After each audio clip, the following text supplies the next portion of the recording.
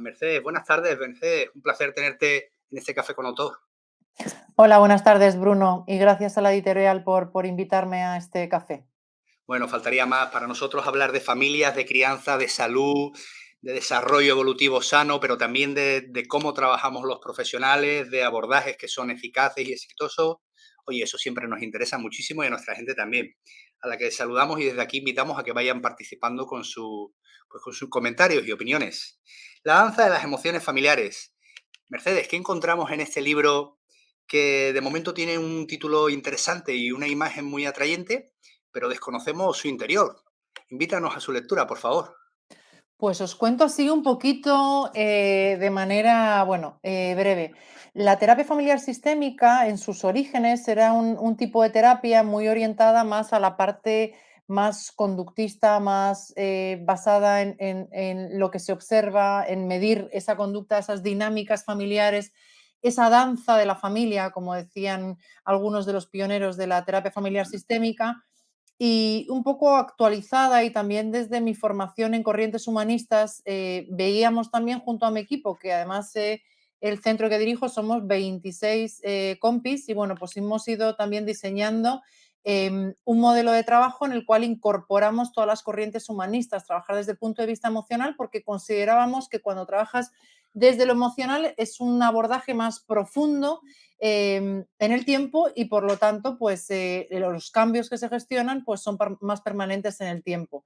Esto lo hemos ido avalando porque, de hecho, recientemente vengo trabajando en la tesis doctoral, donde lo que queremos es validar esta metodología de trabajo, que además voy explicando paso a paso el método que se sigue a través, y que explico en detalle en este libro. Desde el primer momento que cogemos el teléfono en el centro hasta el momento en que nos despedimos de los papis, las mamis y de los peques, y cómo hacerlo, y con todo un anexo de la entrevista, actividades, test, pruebas que pasamos, que ahí he querido compartir con diferentes profesionales, pero que también decir, muchos papis y mamis se han animado también a leer este libro, porque también transmite toda esta corriente también centrada en el respeto, en el buen trato a la infancia, en la importancia del conectar, el poder agacharnos y ponernos a su nivel, porque no podemos olvidar que al final estamos en una sociedad como muy adultista, ¿no? Yo siempre digo que es como muy adultocrático. Somos los adultos quienes decidimos, los adultos quienes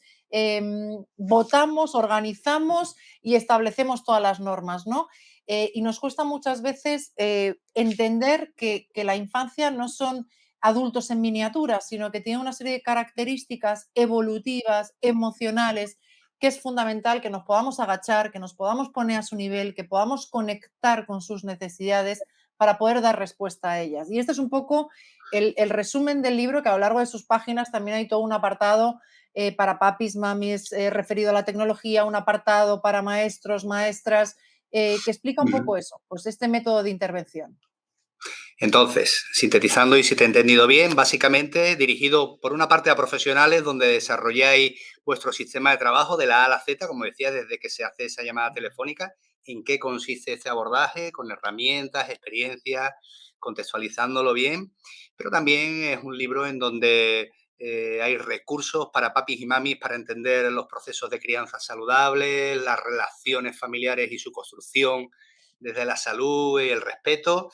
En definitiva, un libro escrito con rigor, pensando en el profesional, pero también en las familias, ¿verdad? Un poco el resumen.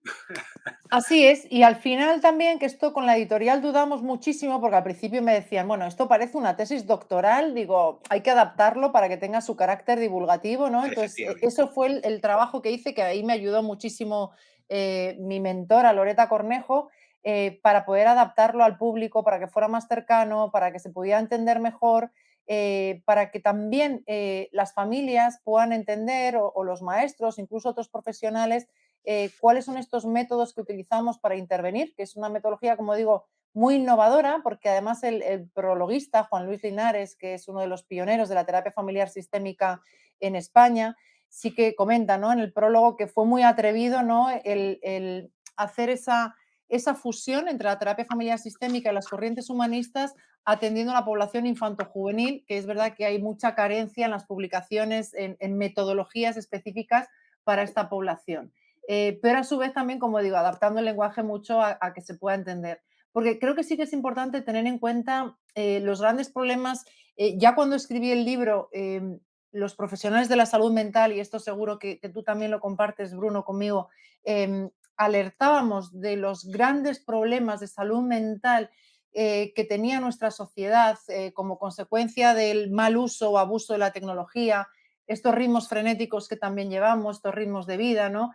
Que ni siquiera muchas veces los adultos podemos sostener, pero que hacen que la población infanto-juvenil pues todavía se enferme más, ¿no? Esto se ha acentuado como consecuencia de la pandemia. Sabemos que actualmente ya estamos hablando de 12 personas se suicidan al día en nuestro país. Esto es terrible.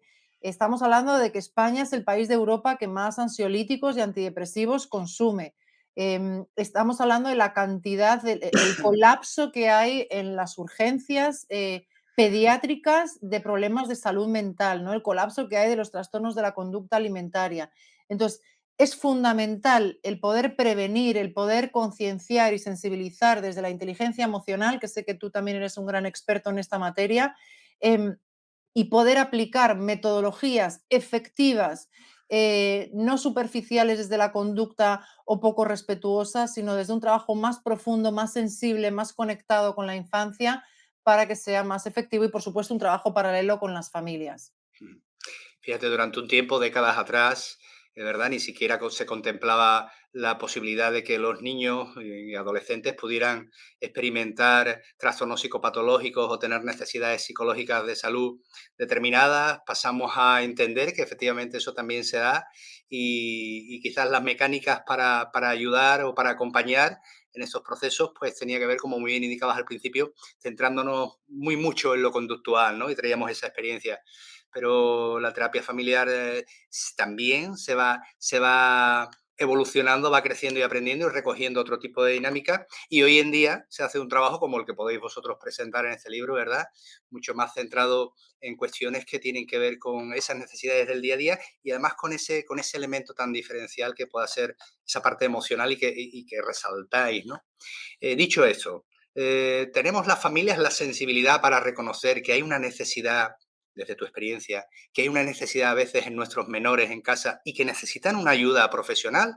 ¿O todavía lo seguimos viendo como, bueno, desde la ignorancia, cuestiones que tienen que ver con el desarrollo y eso ya se le pasará? ¿Qué ves Mm, tú en tu experiencia? qué buena pregunta. Yo he tenido la oportunidad y el privilegio de poder formarme y trabajar en Estados Unidos. Estuve en la Universidad de Berkeley, también en Francia tuve la oportunidad de hacer mi último año de psicología en una universidad en Tours. También he podido formarme en Buenos Aires y viendo en estos países el gran prestigio que tiene nuestra profesión, que ahí era, wow, the psychologist, como algo súper reconocido. Y claro, yo volví a España y digo, joder, ¿qué nos está pasando en España? Que parece como que da vergüenza, que no se atreven, que parece que solo los locos van al psicólogo. Creo que esto en los últimos años ha cambiado, que tampoco se trata de psicologizar todo, ¿no? De que a la mínima Correcto. necesito terapia, ni muchísimo menos, pero creo que poco a poco nuestra profesión va cogiendo, va adquiriendo el reconocimiento que merece. Pero para eso es fundamental que editoriales como la editorial de SCLE, que profesionales también como tú, Bruno, utilicemos el rigor, la seriedad y la profesionalidad que merece nuestra profesión. Porque claro, dentro de la profesión pues puede haber de todo, pero yo creo que nuestra Por profesión ha supuesto. mejorado mucho en los últimos años.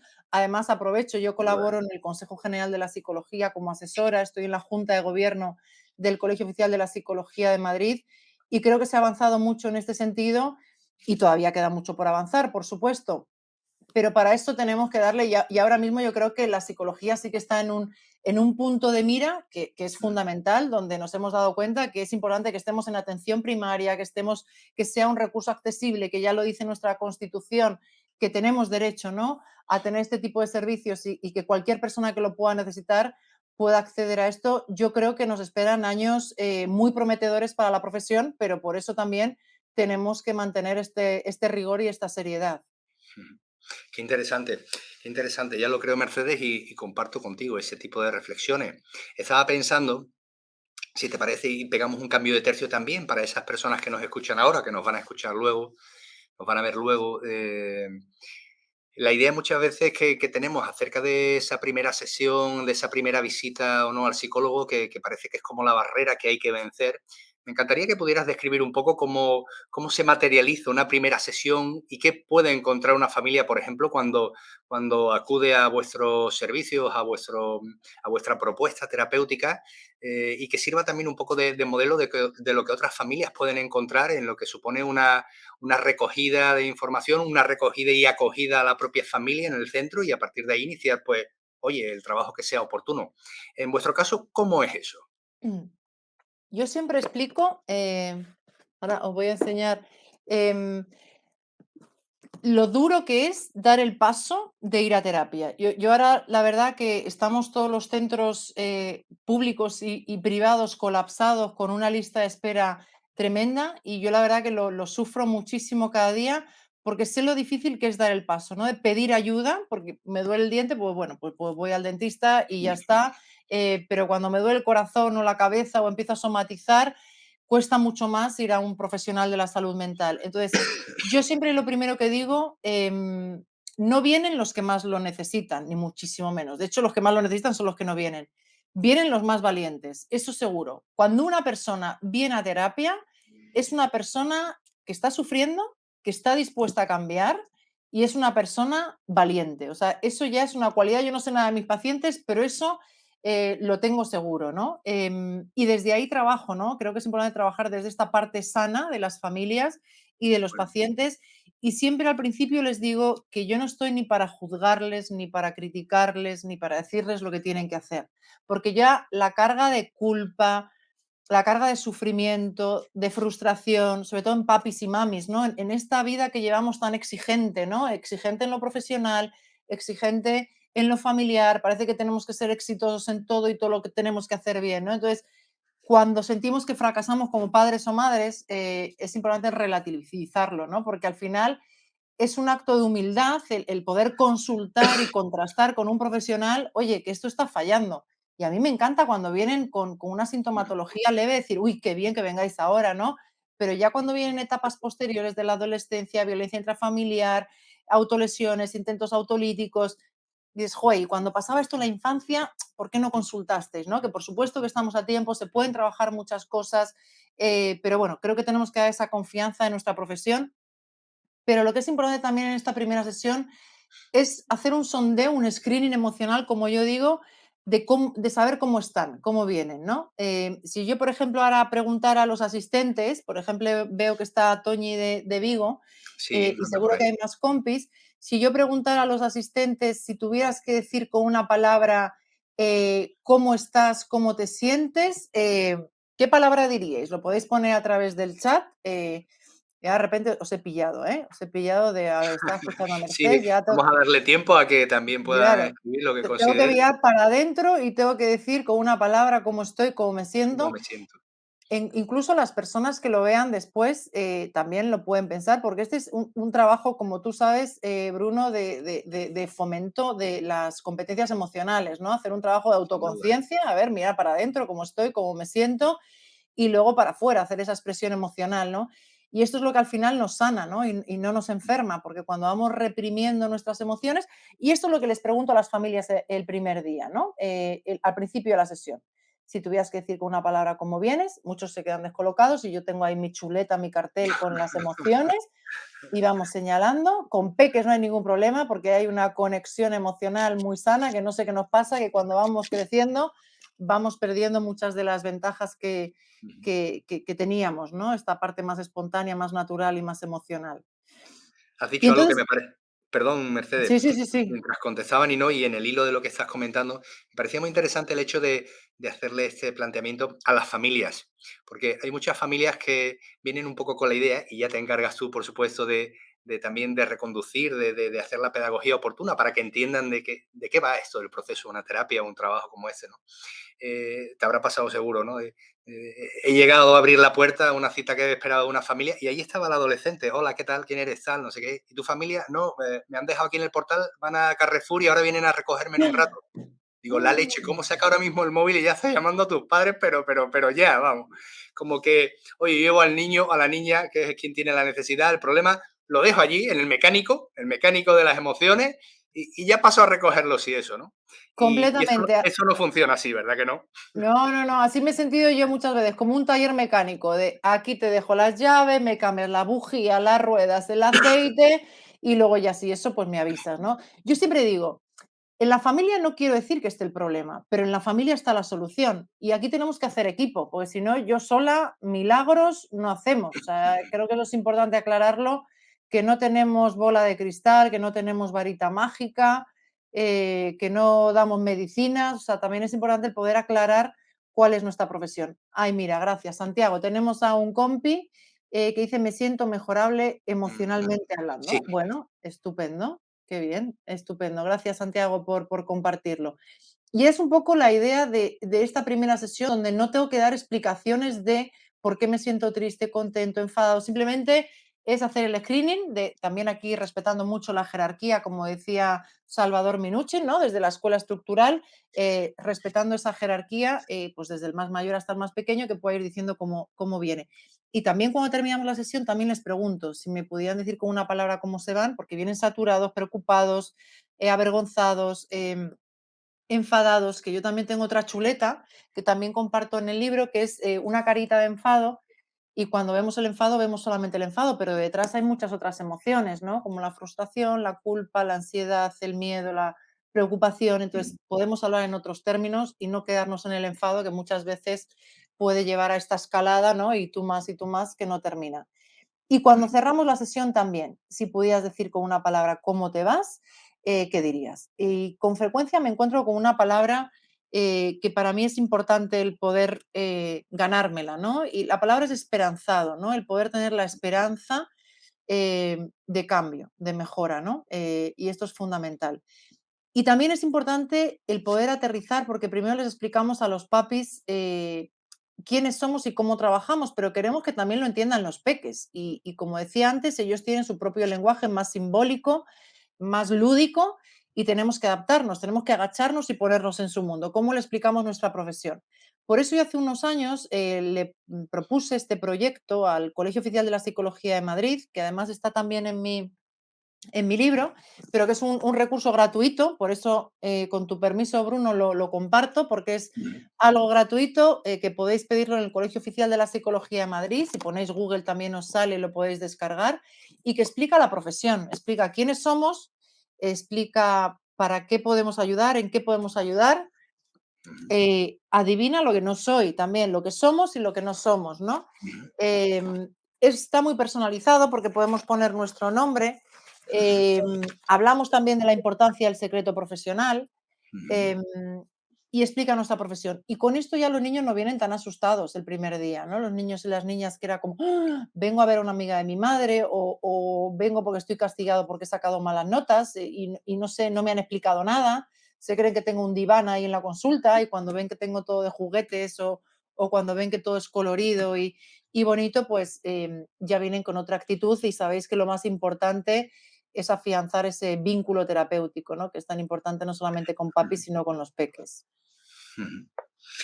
Bueno, la verdad que el planteamiento resulta muy atractivo, sin duda alguna, y creo que todos esos comentarios pues están ayudando a quien no conocía quizás el sistema o la manera de trabajar a tener una visión pues eso, mucho más acogedora, amable y centrada en las necesidades de las personas que vienen, ¿no?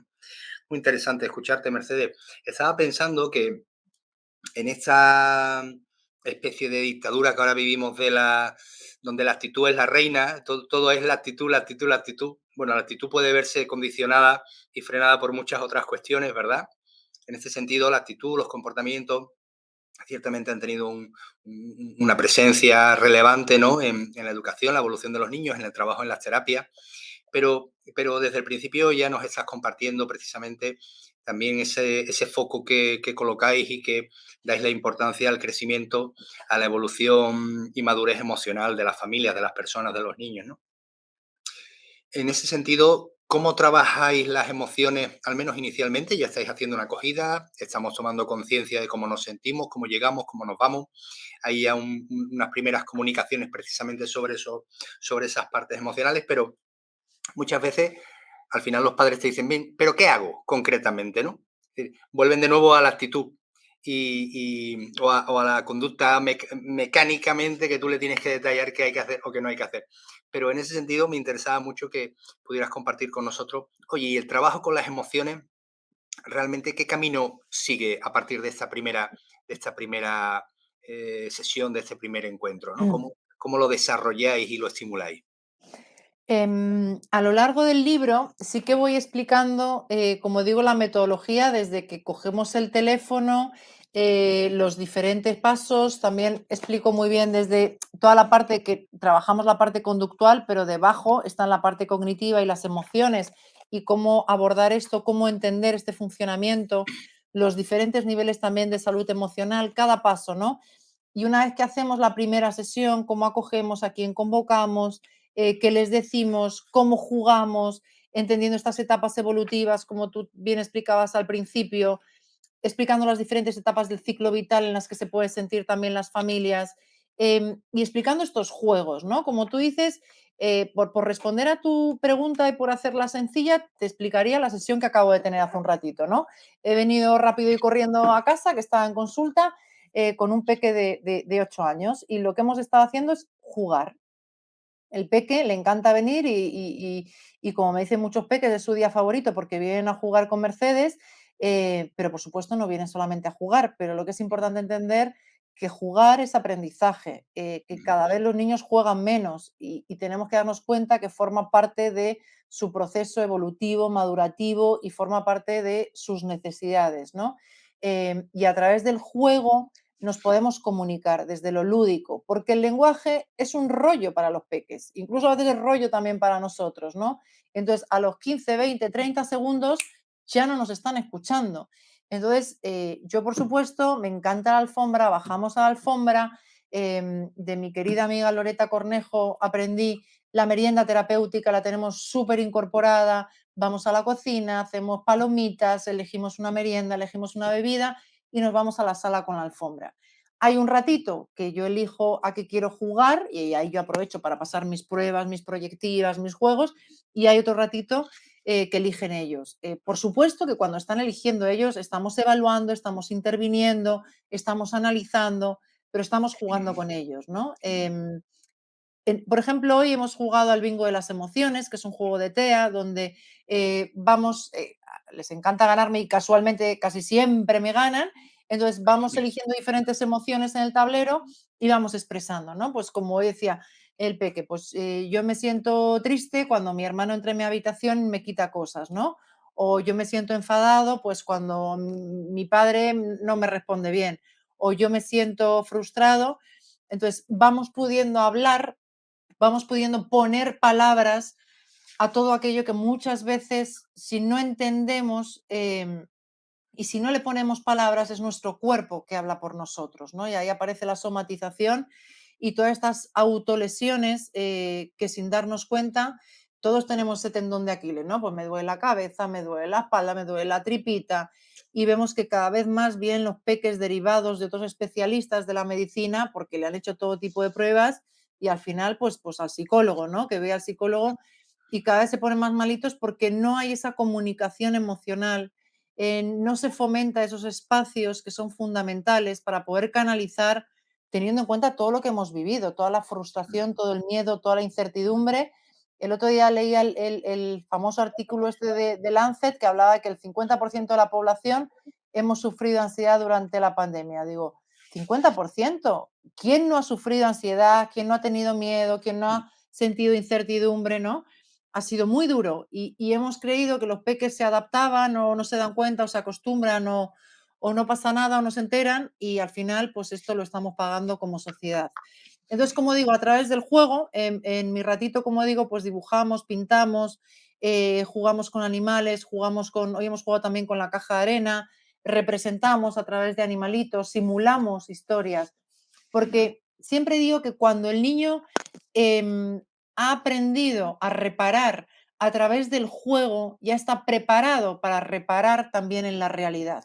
Cuando hay algo que en la realidad, por ejemplo, un acoso escolar, que me tratan mal, que me pegan, cuando he aprendido a través de los animalitos que la vaca se defienda frente a la jirafa y le diga no hagas esto, me molesta, o le pide ayuda a la oveja o a esa figura adulta de protección, es mucho más fácil si conseguimos ese entrenamiento que podamos ponerlo en práctica poquito a poco, por supuesto, en la realidad, pero a través del juego simbólico, a través de diferentes juegos y haciendo algo pues, que sea ameno, que sea divertido y que sea Deseable. adaptado a su edad. Efectivamente, muy bien. La verdad que estabas comentando ahí, pues eso, ¿no? Ese contexto que nos ha afectado. Muchos menores han terminado mostrando determinadas diferentes sintomatologías, señales, reacciones y a veces pasando por diferentes servicios médicos hasta que finalmente terminan quizás pues en una consulta psicoterapéutica de una profesional como tú. Pero igual que al principio también nos comentabas que la gente que viene a consulta la consideras valiente por tomar esa iniciativa y que quizás quien más lo necesita pues no siempre encuentra esa motivación interna o esa seguridad para hacerlo. La pregunta que me viene a la cabeza es, oye, ¿cómo podemos reconocer que hay unas necesidades en nuestros hijos que realmente requieren una ayuda profesional? ¿Qué señales son esas? ¿Qué circunstancias nos tendrían que encender las bombillas y decir, hey, aquí está pasando algo, ¿no? Muy, muy buena pregunta. Además, esta yo creo que puede ayudar también a muchos papis y mamis y que también de alguna manera comento, ¿no? En el libro, tanto en el contexto educativo, que le dedico un capítulo, ¿no? De la importancia que tiene la figura del maestro, de la maestra, como en otros contextos más sociales, ¿no? ¿Cuáles son esos indicios que nos pueden ayudar a discriminar si realmente podemos necesitar ayuda? Pues como digo, si nos duele la tripa mucho, pues vamos al médico. Si nos duele la muela, pues vamos al dentista. Si notamos una ligera molestia, ¿por qué no consultar? Yo he tenido sesiones que dices, mira, es una sesión y ya está, aparentemente está todo bien, no pasa nada. El otro día llamaba a una mamá con un tema de control de esfínteres, que tiene 3 añitos el peque y que todavía por la noche pues no tiene el control de esfínteres. Hice una valoración, hay algún otro síntoma, un cambio, algo importante, y le dije, con 3 añitos no es significativo, o sea, no hay razones para hacer una valoración psicológica profunda. Lo que pasa que hay veces que también hay una exigencia social, ¿no? Que también esto nos acomoda mucho a los adultos, pues cuando antes se vista, coma solo, se duche y tenga el control de esfínteres y todo, y monte en patín, patinete, bicicleta y no sé qué, pues muchísimo mejor, ¿no? Pero eso ya es un tema que es importante que nos adaptemos a la etapa evolutiva también individual de cada persona. Y creo que también, como dices, indicios que nos puedan decir cuando hay cambios significativos en el estado de ánimo de nuestros peques, em, cuando tiene una tendencia irritable, cuando hay una alteración en la alimentación o en el sueño, cuando ya afecta, como digo, a la alimentación, al sueño, cuando deja de disfrutar de cosas de las que antes disfrutaba, cuando se comunica menos em, y cuando verbaliza. Esto muchas veces estas palabras negativas o frases negativas hacia uno mismo, hacia la vida, ¿no? De no quiero vivir o signos también de autolesiones que ahora cada vez también vemos más, desgraciadamente, entre la población adolescente. Estos son señales de alerta, de socorro. Pues mira, esta mañana también venía una adolescente con una bulimia tremenda, con autolesiones, con intentos de suicidio. Y dices, joder, yo siempre digo, ¿no? Que es una señal de alarma y, por supuesto, padres valientes que han dado el paso, que han venido, aunque venía derivado de psiquiatría. Pero digo, antes de que ocurriera eso, han pasado cosas. Han pasado cosas que no hemos sabido, no hemos podido, no nos han enseñado, porque por supuesto aquí no buscamos culpables ni mucho menos, lo que queremos es entender qué ha pasado y muchas veces pues no sabíamos, no teníamos la capacidad o nadie nos enseñó. Porque, joder, yo siempre digo, en nuestro país con lo difícil que es sacarse el carnet de conducir y ser padres y madres es gratis y cualquiera y a cualquier precio, ¿no? Y sin ningún tipo de responsabilidad, pero tampoco sin ningún tipo de acompañamiento social de poder asesorarles, de poder enseñarles, porque es durísimo, hay que vivirlo, ¿no? Y sabemos la complejidad que tiene. Entonces, es fundamental que papis y mamis cuenten con el apoyo que necesitan, ¿no? Insisto, no es un tema de responsabilizar, sino de entender, reflexionar y poder acompañarles. Ciertamente. Es así, pues creo que esas indicaciones que nos has dado, alteraciones en bueno, los procesos normales de sueño, de alimentación, esos cambios significativos en su conducta, en sus manifestaciones, esa pérdida del disfrute por cuestiones que antes disfrutaban, creo que es un buen compendio de señales a tener en cuenta y que seguro que a los papis de una u otra manera no les pasa desapercibido. Saber mirarlos y saber seguirlos por si hay permanencia de esas señales en el tiempo y decir, hey, pues efectivamente, aquí hay cuestiones que han de resolverse quizá o se nos están escapando, ¿no?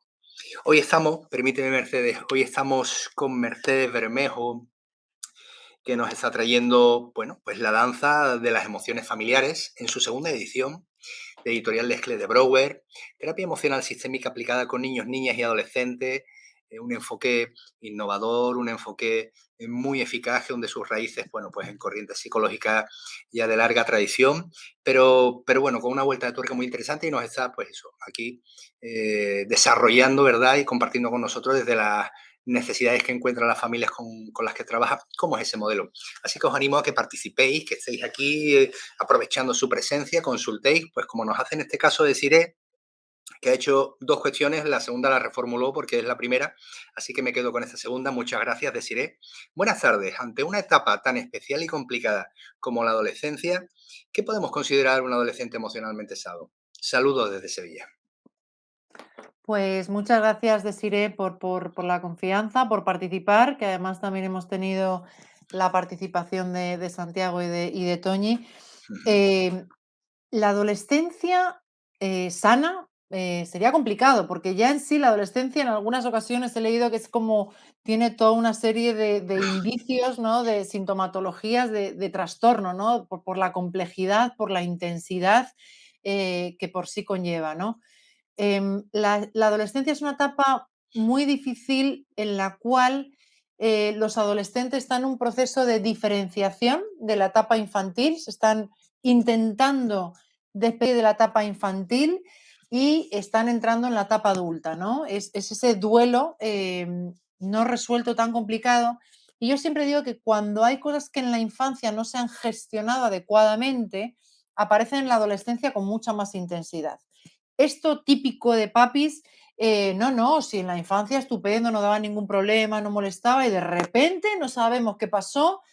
Hay veces que esa sobreadaptación o esa actitud aparente de que todo está bien o que no presentan ningún tipo de problema y que son niños modelo y que luego en la adolescencia de repente rompen, pues a lo mejor fueron demasiado fáciles o se adaptaron o no sentían la seguridad o la capacidad para poder expresar esas necesidades, ¿no? Por eso también todo lo que es comunicación emocional, fomento de la inteligencia emocional, que esto se trabaje desde etapas tempranas en casa, buscar esos ratitos, ratito de la cena, de poder hablar cómo estamos, cómo nos sentimos, qué necesitamos, donde el conflicto también esté normalizado, está bien que esté, el tema es cómo lo resolvemos, donde los adultos hacemos ese modelaje, ese ejemplo, donde el espacio familiar es un espacio de seguridad, de confianza, no es un lugar hostil, ¿no? Cuando le pido a mis niños que me dibujen un lugar seguro y me dibujan la sala de la consulta porque no hay otro lugar seguro, pues es tremendo, ¿no? Tenemos que hacer de nuestras casas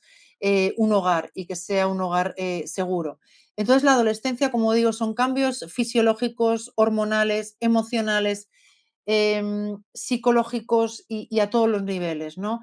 Y es muy duro, es toda una tormenta cerebral donde también hay que tener en cuenta, que aquí es importante decir, el que les exigimos o tratamos como adultos o pensamos que son egoístas o que nos provocan o que lo hacen aposta, cuando en realidad están en su propia batalla personal, en su supervivencia, y su cerebro también está en un proceso de maduración. Nuestro cerebro empieza a evolucionar desde el lóbulo occipital, ¿vale? Hasta el córtex prefrontal, y esta parte del cerebro termina de madurar en torno a los 20-25 años.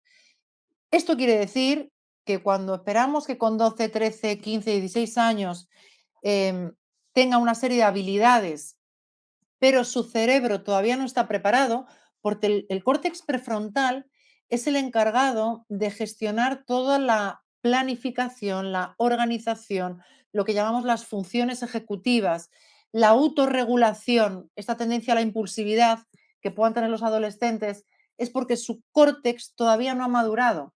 Pero es que a nivel orgánico es que no ha madurado. Hasta los 25 dicen que no termina de madurar. Pero lo que hay que tener en cuenta que el nuestro como adultos sí ha madurado y debería estar maduro para poder dar ese ejemplo, hacer ese modelaje, ese acompañamiento emocional y tener también pues esa capacidad de contención en esta etapa donde, como digo, se quieren diferenciar, se quieren separar, porque aquí hay un tema importante, una cualidad importante. Sus referentes ya no son papá y mamá o sus cuidadores primarios que les tenían idealizados. Ahora sus referentes son sus iguales. Y sabemos que muchos de estos iguales están en las redes sociales. Y no hay una buena supervisión, no digo control, digo supervisión, no hay un buen seguimiento, también porque papis y mamis no somos nativos digitales, no sabemos, estamos perdidos en el océano de Internet, pero es cierto que al mismo tiempo es muy cómodo. Cuando están ahí con el móvil, no se mueve, no grita, no toca, no rompe y está ahí calladito y no está en la calle, que eso también nos da mucha tranquilidad. Pero a muchos papis y mamis esto se nos ha ido de las manos, estamos con las adicciones a la tecnología. Entonces, ¿qué es un adolescente sano? Pues un adolescente que transgrede, que intenta saltarse los límites, que busca constantemente el límite, como yo le digo a los papis, la función del adolescente es saltarse los límites y la función de los papis y mamis es intentar recordar dónde están esos límites. No es fácil para uno ni para otro, pero Vaya. esa es su función. Entonces, un adolescente sano no es el que está quieto, parado, sin molestar, que se porta bien y obedece, sino que es una etapa de transgresión, de diferenciación, de cambios muy intensos que van a afectar en su estado de ánimo y que tenemos que estar ahí acompañando a los adultos, también dejándonos ayudar por aquellas personas, esa red de apoyo que nos pueda ayudar, porque no es fácil, pero un adolescente sano es un adolescente pues que da guerra, Ujú, estupendo. lamentablemente.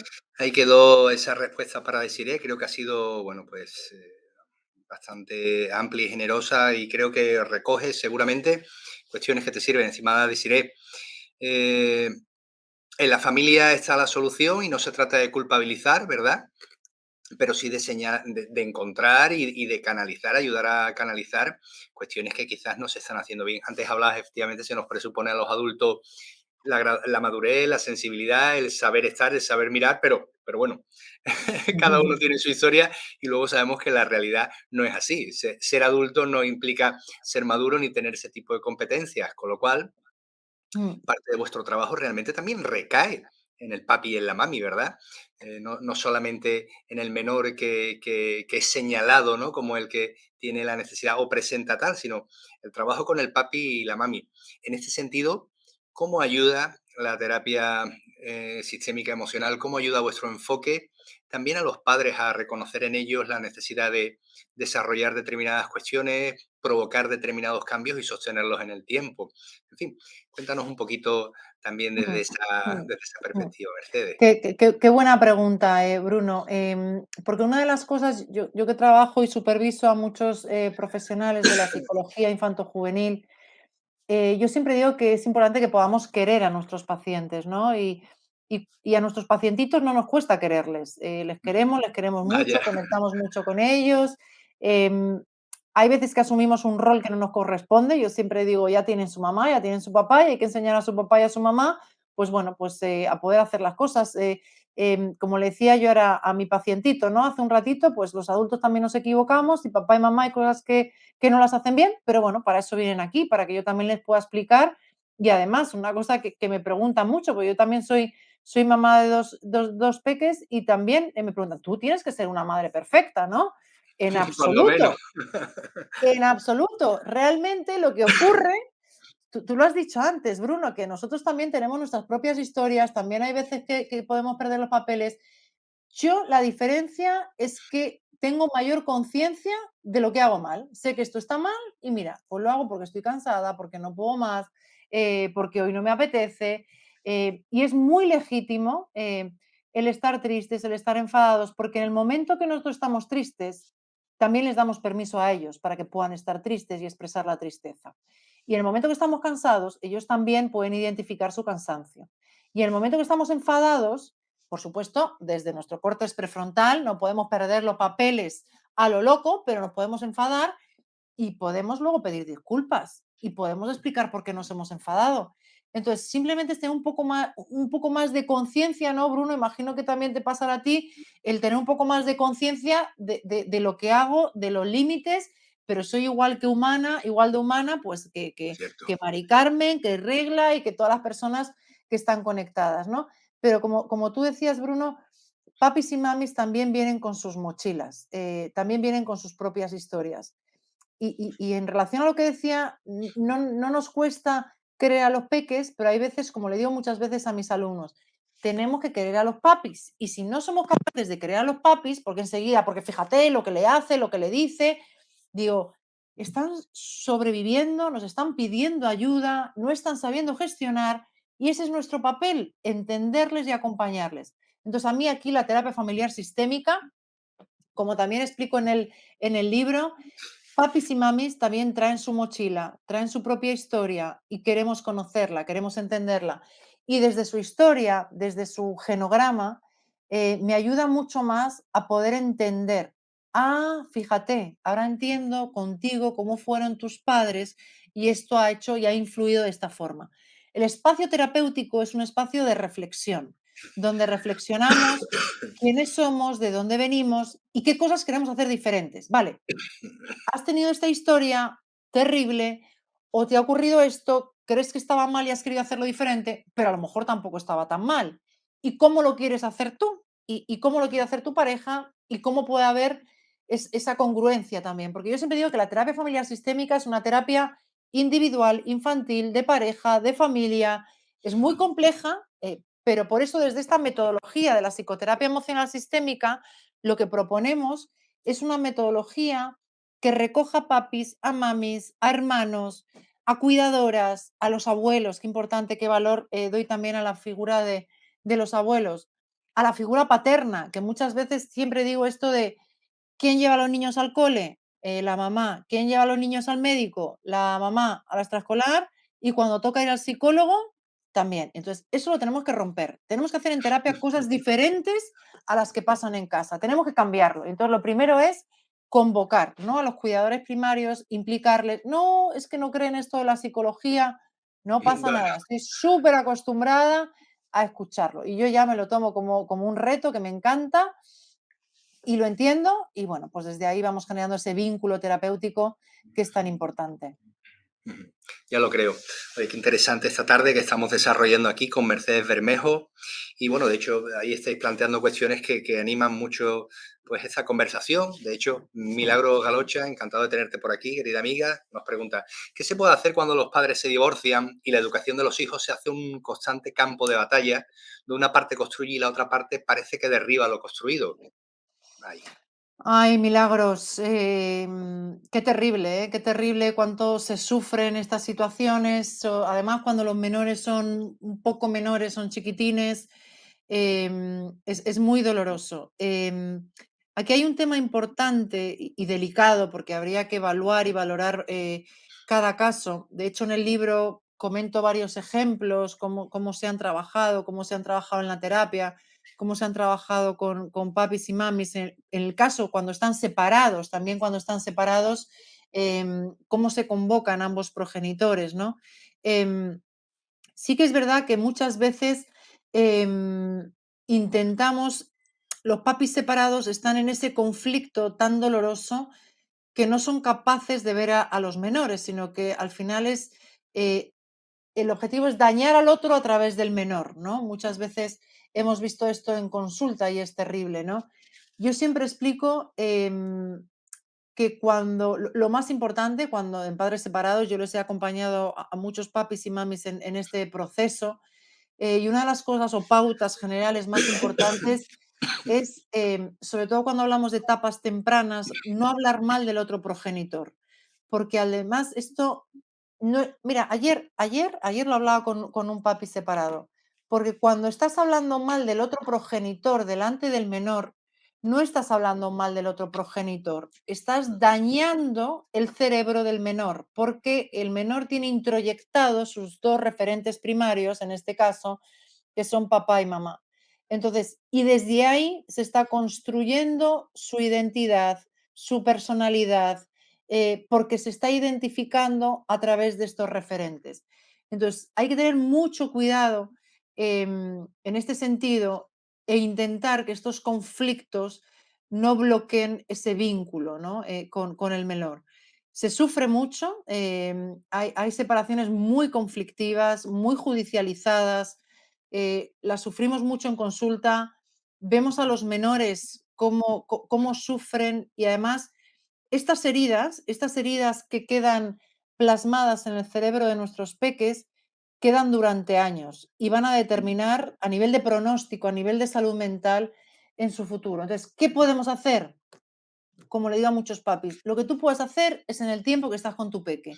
Y en ese ratito, en esos días que te corresponde, tranquilidad, rutinas, estabilidad, transmitir calma, tiempo de ocio y de disfrute, vínculo, em, porque muchas veces es estar, ¿qué has hecho con el otro? O estoy muy deprimido por lo que ha pasado y los peques se sienten súper culpables. En casos de separación asumen muchísimo esa responsabilidad, son los primeros fantasmas que les aparecen. Importante tener cuidado de la información que se les transmite.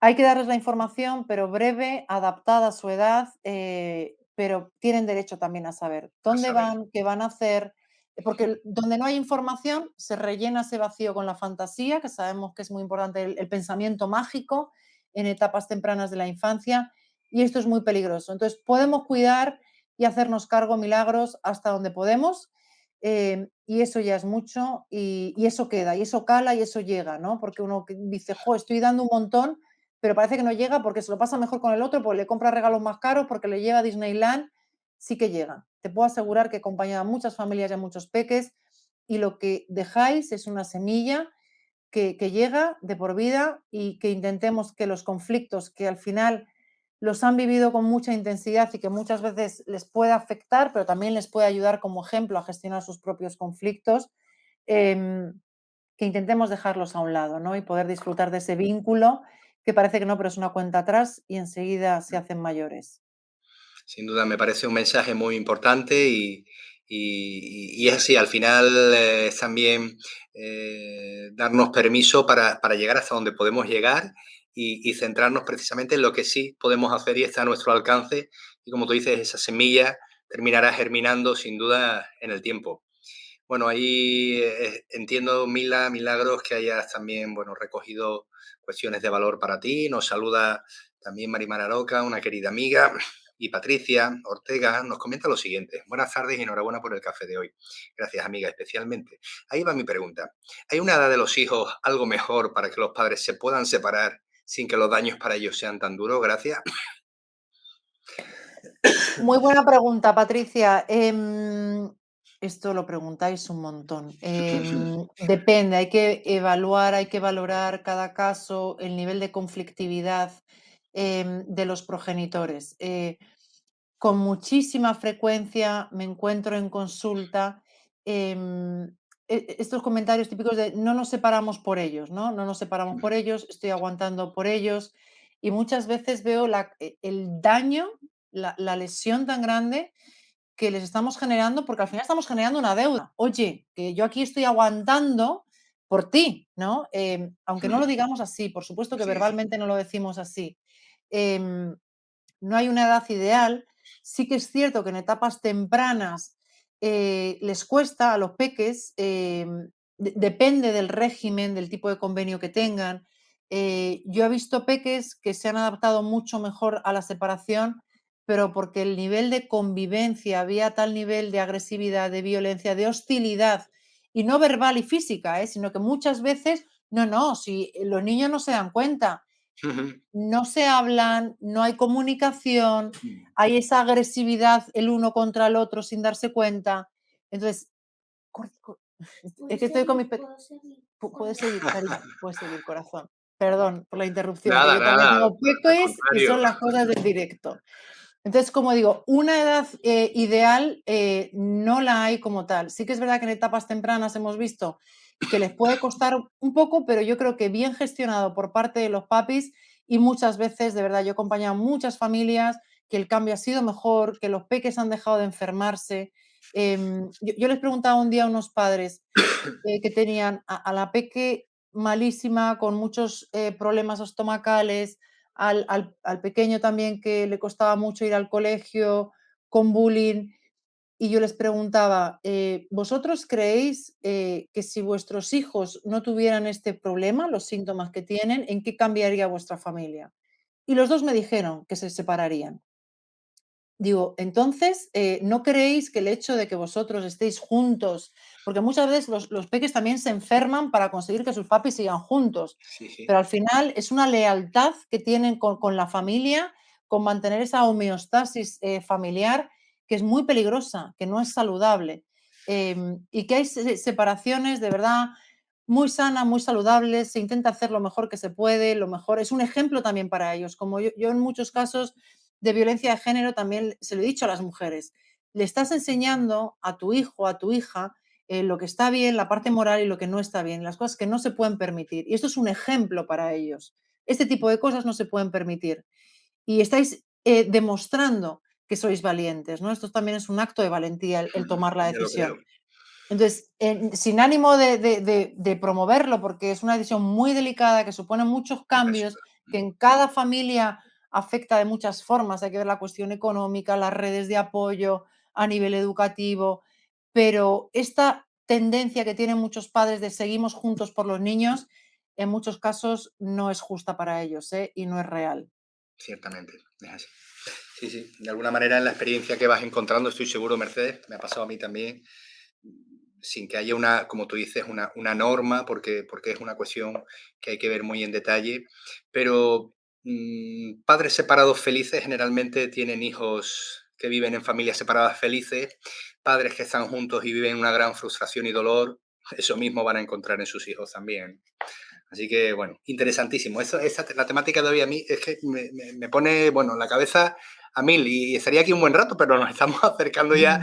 al tiempo final. Nos estamos comiendo este café con autor, hoy con Mercedes Bermejo, nuestra autora de referencia, La danza de las emociones familiares, con su propuesta de trabajo apasionante, innovadora, terapia emocional sistémica aplicada con niños, niñas y adolescentes, en su segunda edición.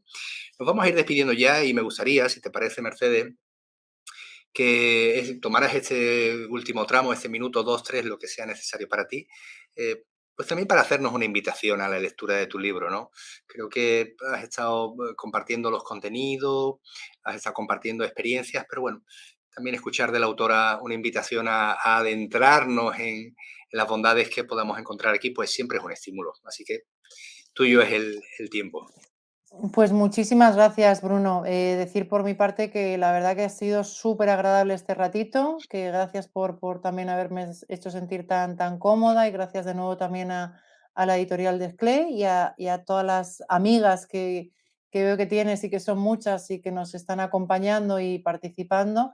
La danza de las emociones familiares explica un poco la danza que es importante que entender que tienen las familias y dentro de esa danza hay una melodía, hay una sintonía y esa música es en clave emocional, como explico. Muchas veces son esas emociones que nos ayudan a movernos como familia, a comunicarnos, a tener estas dinámicas que muchas veces vienen a nivel transgeneracional de otras generaciones que hemos aprendido, nos han enseñado de manera consciente e inconsciente a funcionar de una determinada forma, que a través de este método pues hacemos consciente lo inconsciente, ¿no? A través de un método de intervención con población infanto-juvenil adaptado a su etapa evolutiva, entendiendo las diferentes etapas por las que pasa una familia, a través de un lenguaje claro, sencillo, cercano, Ujú, ujú. para que las familias puedan entender un poquito mejor cómo funciona este método de trabajo desde la psicología. Como digo, ha tenido muy buena acogida por parte de psicólogos y psicólogas, pero también por parte de otros profesionales y papis y mamis, que además tienen muchos capítulos destinados a la importancia de la familia, de cómo gestionar la tecnología, el contexto educativo, el ámbito social, y luego con muchos materiales al final, con pruebas, con test, con entrevistas, y diferentes recursos que, bueno, que he querido compartir y que espero que sean de ayuda, como vienen siendo en estos últimos 2 años desde que se publicó, y que están para ayudar en un momento complicado, en un momento difícil como sociedad, donde sabemos que los problemas de salud mental han incrementado, que sabemos que la previsión es que incrementen todavía más a lo largo de los próximos 2 años y que tenemos que estar ahí, Bruno, ¿verdad? A pie de cañón, ayudando al servicio de la sociedad, dando respuesta a sus necesidades.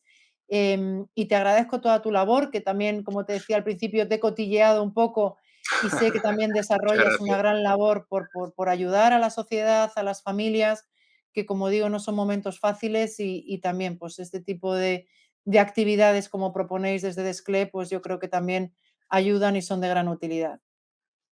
Muchas gracias, Mercedes. Un placer tenerte aquí, conocer tu experiencia, tu visión del abordaje y el trabajo con familia, muy estimulante, apasionante, diría incluso. La danza de las emociones familiares lo pueden encontrar en Desclé de Brouwer, ya saben, nuestra editorial de referencia.